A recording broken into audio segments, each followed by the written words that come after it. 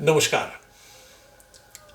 আচরণগত দক্ষতা বা বিহেভিয়ারাল স্কিলস এর দুটি অঙ্গকে নিয়ে আমরা একটু আলোচনা করব আজ। একটি হলো সাক্ষাৎকার দেওয়ার দক্ষতা, আরেকটি হলো জনসমক্ষে বক্তৃতা দেওয়ার, কিছু বলার দক্ষতা, যাকে বলতে পারি আমরা ইংরেজিতে ইন্টারভিউ ফেসিং স্কিলস এবং পাবলিক স্পিকিং স্কিলস। প্রথমেই আমি সাক্ষাৎকার দক্ষতা নিয়ে কথা বলি।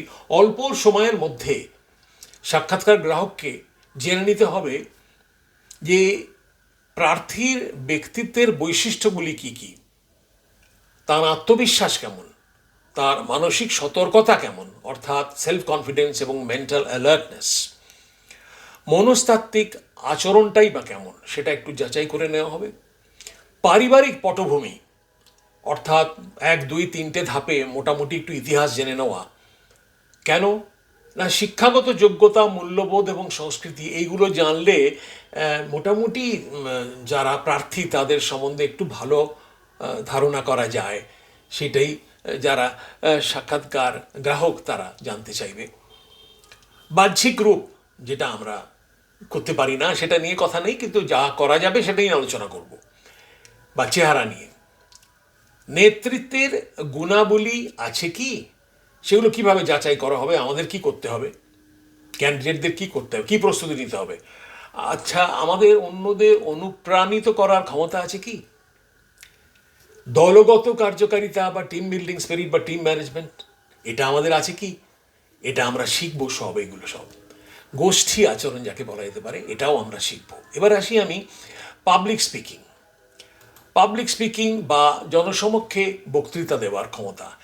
নিজের কণ্ঠস্বর ও বাচনভঙ্গির মাধ্যমে বুঝিয়ে বলা, আমি যা বলতে চাই, বিষয়টিকে ভালোভাবে রপ্ত করার প্রক্রিয়াটি কি, কীভাবে ভালোভাবে রপ্ত করব, কাঠামোটা কেমন হবে বা স্ট্রাকচার, বিষয়বস্তু বা কন্টেন্টকে সুষ্ঠুভাবে সামনে রাখা, বক্তৃতার ধরনটা কি হবে এবং প্রাপ্ত প্রতিক্রিয়া অর্থাৎ ফিডব্যাক কেমনভাবে নেব অডিয়েন্সের থেকে, সে অনুযায়ী আমি নিজেকে কি করে মডিফাই করব। আবেগ বা মানসিক চাঞ্চল্যকে সামলানো, নিজেরও হতে পারে এবং সেটা অডিয়েন্সেরও হতে পারে। অপ্রত্যাশিতকে সামলানো, অপ্রত্যাশিত ঘটনা, সাডেন ডেভেলপমেন্ট হতেই পারে, যেটা নিয়ে যদি না জানি কি করে আমরা হ্যান্ডেল করতে হবে, আমরা ঘাবড়ে যেতে পারি, ভয় পেতে পারি। বিশ্বাস বা আস্থারা কি করে আনবো, আমার জনতার সঙ্গে আমি কথা বলছি বা 10 জনের সঙ্গে কথা বলছি, তাদের আমার উপর যাতে একটা ট্রাস্ট বা বিশ্বাস ডেভেলপ করে, তৈরি হয়, সেটা কিভাবে করব। সূক্ষ্ম তারতম্যগুলো কি কি, যাকে ইংরেজিতে বলে নুয়ান্সেস, সেগুলো আমরা জেনে নেব। ভয়কে আমাদের ওভারকাম করতে হবে।